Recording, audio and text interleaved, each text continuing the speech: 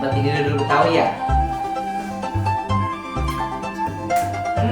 Assalamualaikum. Waalaikumsalam. Wih, Bang Pitung, udah dapet dodol Betawi aja. Dapet dari mana emang ente? Oh no, dikasih Nyai tadi, no makan no. Mantep banget. Oh iya Bang Pitung, ente kan orang Betawi nih. Iya. Coba, ane mau tahu sejarahnya dodol Betawi gimana?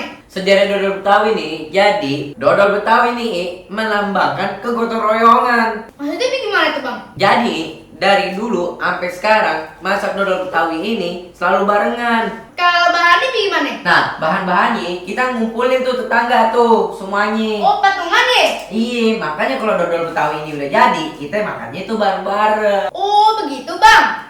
Ngerti? Ngerti dong. Yaudah nyok, kita lanjut makan. Enak banget ini. Buh.